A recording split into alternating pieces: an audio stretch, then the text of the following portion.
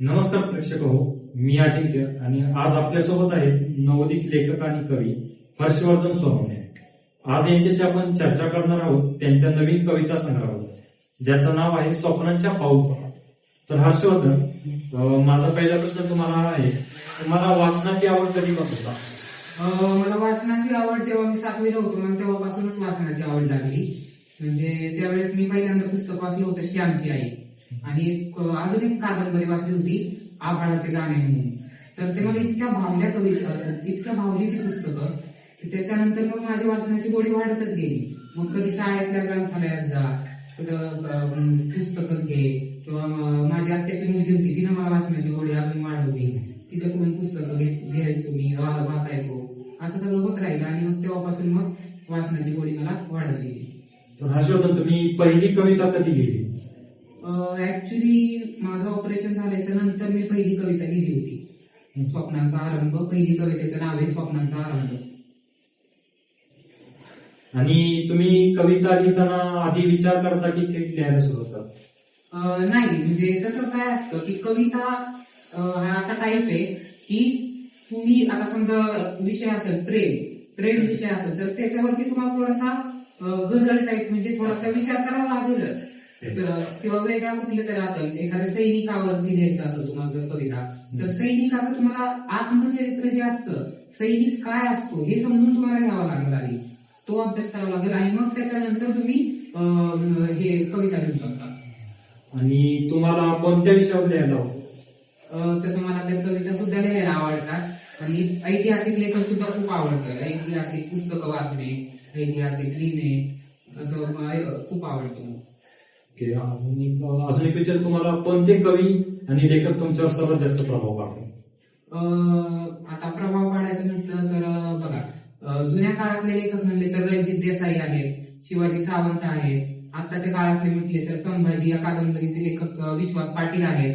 ते निवृत्त आहेत विश्वास पाटील, तर त्यांचा प्रभाव माझ्यावरती पडत गेला. त्यांच्या कादंबऱ्या, त्यांची पुस्तकं. तर आणि अजून देवाजी नावाचे सर आहेत, तर ते सुद्धा मला मार्गदर्शन करतात. त्यांची सुद्धा एक भाकर 3 चुली ही कादंबरी प्रकाशित आहे. परत माझा इनू दादा आहे, युनुस सय्यद, त्याचं सुद्धा इनूची गोष्ट नावाचं बुक पब्लिश आहे. तो सुद्धा, म्हणजे हे असे प्रभाव पडतो माझ्यावरती त्या लेखकांचा. तर हर्षवर्धन, तुझ्या कवितांवर लोकांच्या प्रतिक्रिया लोकांच्या प्रतिक्रिया म्हणजे कसं असतं की समाजात वावरताना प्रत्येकाला वाटतं की जे मोठे लोक असतात तेच काहीतरी करू शकतात, लहान आहेत. म्हणजे साहित्याच्या क्षेत्रात तरी मी असं ऐकलंय की लहान मुलं जी असतात, ते 15-16 किंवा 10 ते 15 वयोगटातली पुस्तकं चांगली नाही, पण मी लिहिलं. पण सहसा म्हणजे असं लिहिलं जात नाही पण, म्हणजे. आणि मग त्याचा अर्थ असा काय होतो की मी कुठेतरी गेलो आणि माझा कविता संग्रह कुणाला भेट दिला, सगळ्यांना आश्चर्य वाटतं की तू 16 वर्षाचा आहेस आणि तू हा कविता संग्रह लिहिलास, असं. म्हणजे त्यांना त्यांच्या भावना अशा वाटतात. आणि कविता आणि लेखन सोडता तुम्हाला अजून भविष्यात काय करण्याची इच्छा आहे? कविता आणि लेखन सोडता मला भविष्यात आर्किओलॉजिस्ट बनायचंय. आर्किओलॉजिस्ट, पुरातत्व शास्त्रज्ञ ते बनण्याची माझी इच्छा आहे. आणि कवी तर मी आहेच. आणि आता तुम्ही जसे तरुण कवी आहात, तसे तुमच्यासारखे इतर अजून तरुण कवी आहेत, तर त्यांना तुम्ही काय संदेश द्याल?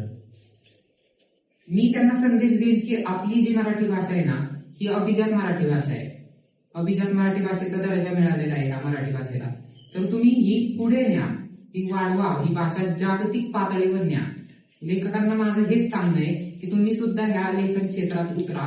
कथा लिहा, कादंबऱ्या लिहा, कविता लिहा, तुम्हाला जे सुचतंय ते लिहा, पण या क्षेत्रात उतरा तुम्ही, लेखन क्षेत्रात. असं माझं सर्व नवोदित लेखकांना, कवींना आवाहन आहे. तर हर्षवर्धन, आता सध्याचा जो तुमचा हा कविता संग्रह आहे स्वप्नांच्या पाऊलपा, याबद्दल तुम्ही थोडीशी माहिती द्या मला. कशाबद्दल आहे तो कविता संग्रह? मी माझं मनोगत वाचून दाखवतो, तुम्हाला थोडक्यात कळेल. नक्कीच. माझं मनोगत सांगतोय मी. जीवन हा एक सुंदर प्रवास आहे, पण कधी कधी तो आपल्याला अनपेक्षित वळणांवर आणून उभं करतो. माझ्यासाठी असंच एक वळण मी शाळेत 10वीत असताना आलं. शिक्षणाच्या दृष्टीनं अत्यंत महत्वाचा टप्पा असताना माझ्यावर मोठं ऑपरेशन करण्याची वेळ आली. हॉस्पिटलचे दिवस, औषधांचा वास, वेदनांनी व्यापलेले क्षण, हे सगळं माझ्या त्या वयातलं वास्तव होतं. ऑपरेशन नंतर डॉक्टरांनी विश्रांतीचा सल्ला दिला आणि मी घरी बसून राहिलो. मित्रमंडळी शाळेत जात होते तर मी घरच्या खोलीत बसून पुस्तके उघडत होतो. शाळेचा गोंगाट, मैदानातील खेळ, मित्रांचा सहवास, सगळं काही लांब गेलं होतं. पण त्या एकटेपणातच मी स्वतःशी एक करार केला, ही अडचण मला थांबवणार नाही. मग दररोज थोडं थोडं वाचणं, स्वतःचे नोट्स बनवणं, कुटुंबाच्या मदतीने अभ्यास करणं आणि स्वतःला सतत प्रेरित करणं, हाच माझा रोजचा दिनक्रम बनला. आजही आठवतं, कित्येक वेळा वेदना सहन करीत करीत मी अभ्यास चालू ठेवला होता, कारण मला स्वप्न सोडायची नव्हती. शेवटी जेव्हा निकाल लागला आणि मी 87% गुण मिळवले, तेव्हा तो माझ्यासाठी फक्त निकाल नव्हता, तर तो माझ्या जिद्दीचा, चिकाटीचा आणि विश्वासाचा विजय होता. लेखनाची आवड मला आधीपासूनच होती, पण या काळाने ती आणखी वाढवली. एकटेपणात, विचारांच्या लाटांमध्ये मी शब्दात आश्रय शोधू लागलो. हळूहळू ते शब्दांनी कविता घडवल्या आणि त्या कवितांनी स्वप्नांच्या पाऊल खुणा या संग्रहाचा आकार घेतलेला आहे. या पुस्तकातील प्रत्येक ओळीत माझ्या संघर्षाचा, आशेचा आणि जगण्याचा उमेदीचा अंश आहे. माझ्या या प्रवासात आई वडिलांचे, मित्रांचे आणि गुरुजनांचे प्रोत्साहन अमूल्य ठरले. त्यांची साथ नसती तर कदाचित हा प्रवास इतका सुंदर झाला नसता. हे पुस्तक मी त्यांना आणि त्या सर्वांना अर्पण करतो, जे अडचणींना हरवून आपली स्वप्न पूर्ण करतात. धन्यवाद. खूप छान माहिती दिली सर कविता संग्रहाबद्दल हर्षवर्धन. तर त्यातली एखादी कविता आम्हाला ऐकायला आवडेल, तर कविता म्हणून दाखव बघा एखादी. हो, ही माझी आवडती कविता आहे, सूर्याची पाऊलवाट. रात्रीच्या गडद आकाशातून पहाटेचा पहिला रंग उघडला. रात्रीच्या गडद आकाशातून पहाटेचा पहिला रंग उघडला. दवबिंदूंनी न्हालेल्या गवतावर माझ्या पावलांनी नवा प्रवास लिहिला. दवबिंदूंनी न्हालेल्या गवतावर माझ्या पावलांनी नवा प्रवास लिहिला. लांबवर क्षितिजावर एक सोन्याचा गोळा हळूहळू उगवत होता. लांबवर क्षितिजावर एक सोन्याचा गोळा हळूहळू उगवत होता आणि त्याच्या प्रत्येक किरणात माझ्या थकव्याचा अंश वितळत होता. मागे वळून पाहिलं तर माझे सारे अंधार सावल्यांमध्ये गडप झाले होते. फक्त पुढे होती प्रकाशाची अंतहीन पायवाट. मी चालत राहिलो, वाऱ्याच्या सोबतीनं, आशेच्या लयेत आणि सूर्याच्या तेजात न्हाऊन, कारण माहित होतं हीच पावलाट मला माझ्या स्वप्नांच्या अंतिम क्षितिजापर्यंत नेणार आहे. ही माझी आवडती कविता होती. छान कविता, एकदम छान होती, मस्तच. आणि हर्षवर्धन, तू जसा नवीन नवोदित तरुण आहे, कवी आहेस, तर तुझा हा पहिला कविता संग्रह प्रकाशित करण्यासाठी कोणाची मदत मिळाली? पहिला कविता संग्रह प्रकाशित करणं म्हणजे नवोदित लेखकांना थोडंसं अवघडच असतं, कारण आपलं पहिलंच पुस्तक असतं. माझं पहिलंच पुस्तक होतं. मला सुद्धा अडचणी आल्या, पण मला घरच्यांनी सपोर्ट केला. माझे शिक्षक होते, मला त्यांनी सपोर्ट केला. आणि पालवी प्रकाशनचे म्हणजे माझं जे कविता संग्रह मी जिथून छापलाय, पालवी प्रकाशन, त्यांचे जे हेड आहेत ते निखिलेश कुलकर्णी, त्यांनी सुद्धा खूप मदत केली मला या सगळ्या प्रवासात. आणि म्हणूनच आज हा कविता संग्रह उभा आहे. खूपच छान हर्षवर्धन, तुझ्या या कविता संग्रहाबद्दल आम्ही खूप खूप शुभेच्छा देतो तुला. तर हर्षवर्धन, या कविता संग्रहानंतर आता तुम्ही इतर कोणत्या नवीन विषयावर काम करता, सुरू केलं का?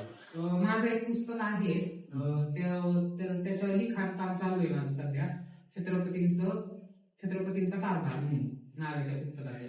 तर त्याच्यात शिवाजी महाराजांचं जे अष्टप्रधान मंडळ होतं, अष्टप्रधान मंडळाचं कार्य सांभाळायचे. परत अजून घोडदळ, पायदळ, नौदळ याचे प्रमुख कोण होते, त्यांना पगार किती होता, त्या काळी चलन कसं चालायचं, या सर्व ज्या गोष्टी त्या पुस्तकात असतील. म्हणजे संशोधनात्मक पुस्तके आहे ते. तर सध्या आपण आता शोधून तुझ्या कविता संग्रहाबद्दल थोडी अजून माहिती जाणून घेऊ. आता तुझा हा कविता संग्रह आम्हाला कुठं उपलब्ध होईल आणि त्याची किंमत काय आहे आणि तुझा संपर्क क्रमांक पण सांगितलं तरी चालेल. माझा हा जो स्वप्नांच्या पाऊलखाना हा जो कविता संग्रह आहे, हा उपलब्ध होईल, माझ्याकडेच उपलब्ध आहे. तर याची किंमत आहे 120 रुपये. आणि तुम्ही माझा नंबर घेऊ शकता, 9075307566. या नंबरवर तुम्ही कॉन्टॅक्ट करा, तुम्हाला हा माझा कविता संग्रह मिळून जाईल. आणि थँक्स हर्षवर्धन, तू खूप सुंदर माहिती दिली आणि तुझा कविता संग्रहानंतर खूप खूप यश भेटो. शुभेच्छा त्यासाठी तुला याबद्दल, आणि नवीन जे काम करत आहेस त्यासाठी पण तुला शुभेच्छा. तर खूप छान माहिती दिली हर्षवर्धन. तर इथे आपला इंटरव्ह्यू संपुष्टात येत आहे.